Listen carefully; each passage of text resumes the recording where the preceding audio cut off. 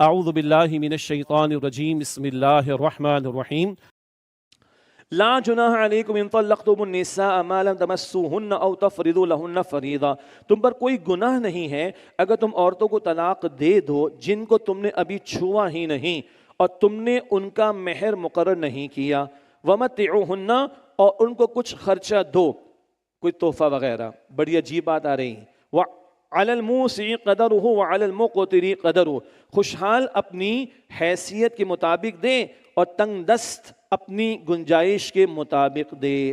کیا مسئلہ بتایا جا رہا ہے؟ نکاح ہوا، رخصتی نہیں ہوئی، تو رخصتی سے پہلے اگر طلاق دے دی اور مہر مقرر نہیں تھا تو کچھ دینا تو لازم نہیں ہے، لیکن اللہ کا کلام دیکھیں بھائی، بڑا پیارا کلام ہے، وَمَتِّعُوهُنَّ، کچھ مال و متاع دے دو، مثلاً کوئی جوڑا دے دو۔ کتنا عجیب لگ رہا ہے، طلاق دے دی ہے، رخصتی بھی نہیں ہوئی ہے، گھر میں بھی لے کر نہیں آئے، وہ مہر مقرر نہیں تو کوئی جوڑا دے دو، کوئی تحفہ دے دو، کوئی گفٹ دے دو۔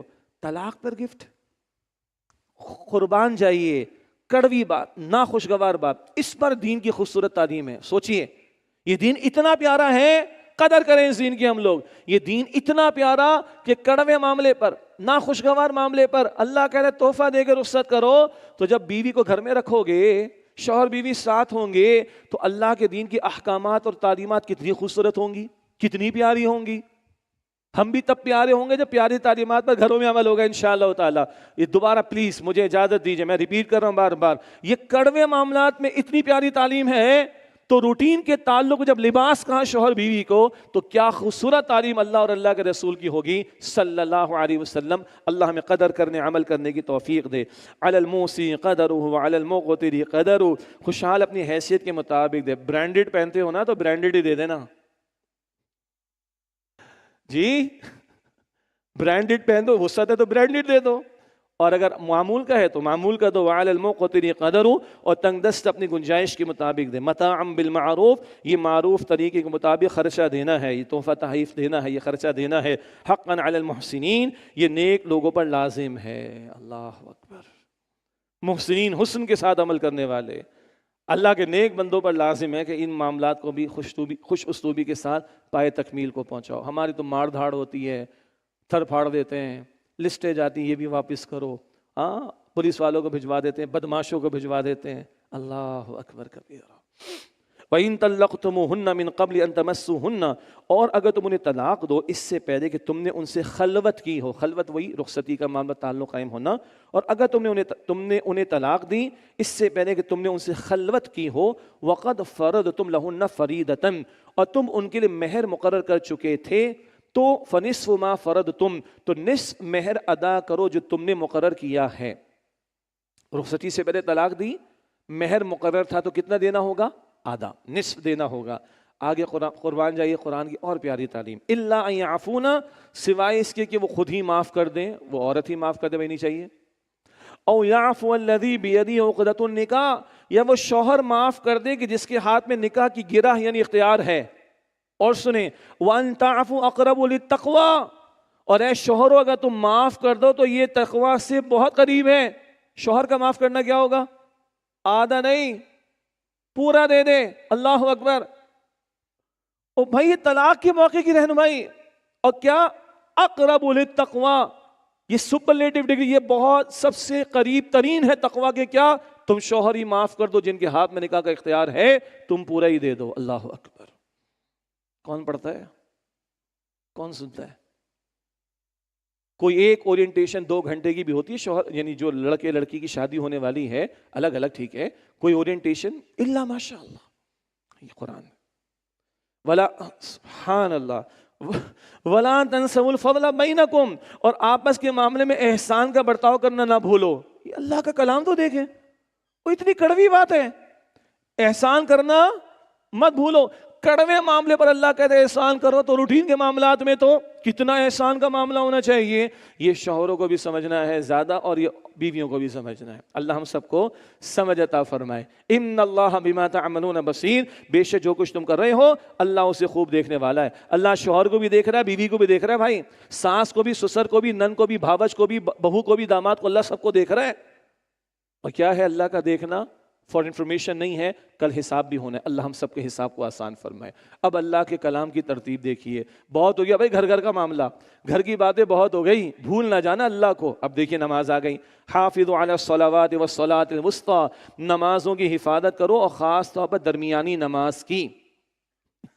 اللہ کو بھول نہ جانا گھر گھر کے چکر میں، اور جتنا اللہ کو یاد رکھو گھر میں سیدھے رہو گے، اللہ کا خوف ہوگا تو گھر میں سیدھے رہو گے۔ پلیسمنٹ دیکھیے اللہ کے کلام کی آیات کی، سبحان اللہ۔ حافظوا علی الصلوات، نمازوں کی حفاظت کرو، والصلاۃ الوسطی، اور خاص طور پر درمیانی نماز کی۔ کئی آراء ہیں، ایک حدیث کی روشنی میں خاص واقعہ عصر کی نماز، اور عصر کی نماز کی بڑی اہمیت بھی ہے اور ضائع بھی جلدی ہو جاتی ہے، وقت کم ہوتا ہے۔ ایک دو، اگر رات پہلے ہے اور یقیناً پہلے ہے تو مغرب سے شروع کرے تو درمیان میں کون سی نماز آئے گی؟ فجر کی، اور فجر کی بڑی بھاری پڑ گئی آج کل لوگوں کو، مشکل پڑ گئی ہے رمضان کے علاوہ، تو فجر بھی ایک مراد دی گئی۔ اور وسطیٰ کے معنی بہترین، تو بہترین نماز کی حفاظت کرو، کیا مطلب؟ نمازوں کو بہترین آداب کے ساتھ ادا کرنے کی کوشش کرو۔ وقوموا للہ قانتین، اور اللہ کے حضور عاجزی اختیار کرتے ہوئے کھڑے رہا کرو۔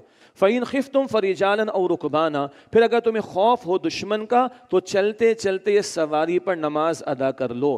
فَإِذَا أَمِنْتُمْ، پھر جب تمہیں امن حاصل ہو جائے، فَاذْكُرُوا اللَّهَ كَمَا عَلَّمَكُمْ مَا لَمْ تَكُونُوا تَعْلَمُونَ، تو اللہ کو یاد کرو اس طریقے سے جو اس نے تمہیں سکھایا ہے جو تم نہیں جانتے تھے۔ اس کو نماز خوف کہتے ہیں۔ دشمن کا خوف ہو تو جیسے سواری پر چلتے چلتے ممکن ہو نماز ادا کر لی جائے۔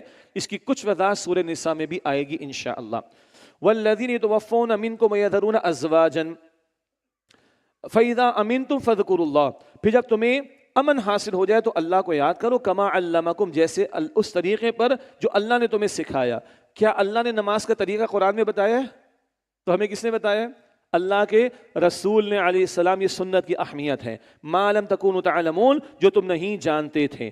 والذین یتوفون منکم ویذرون ازواجا، اور جو لوگ تم میں سے فوت ہو جائیں اور بیویاں چھوڑ جائیں، وصیۃ لازواجہم متاعا الی الحول غیر اخراج، انہیں چاہیے کہ اپنی بیویوں کے لیے وصیت کر جائیں 1 سال تک خرچہ دینے کی اور انہیں گھر سے نہ نکالنے کی۔ یہ حکم اول تھا کہ بھئی اگر کسی شخص کا انتقال کا معاملہ تو میری بیوی کو گھر پہ رکھنا 1 سال کے لیے، خرچہ بھی دینا۔ لیکن بعد میں شریعت میں وراثت کے احکامات آ گئے، اور سورہ نساء آیت نمبر 11 اور 12 میں وراثت کے احکامات میں شوہر اور بیوی کا حصہ بھی بیان ہو گیا ایک، اور بیوہ کی عدت بھی بیان ہو گئی۔ آیت نمبر 234 میں ہم نے پڑھا کتنی؟ 4 مہینے 10 دن کی۔ تو یہ جو اب بات ہم پڑھ رہے ہیں یہ منسوخ ہے۔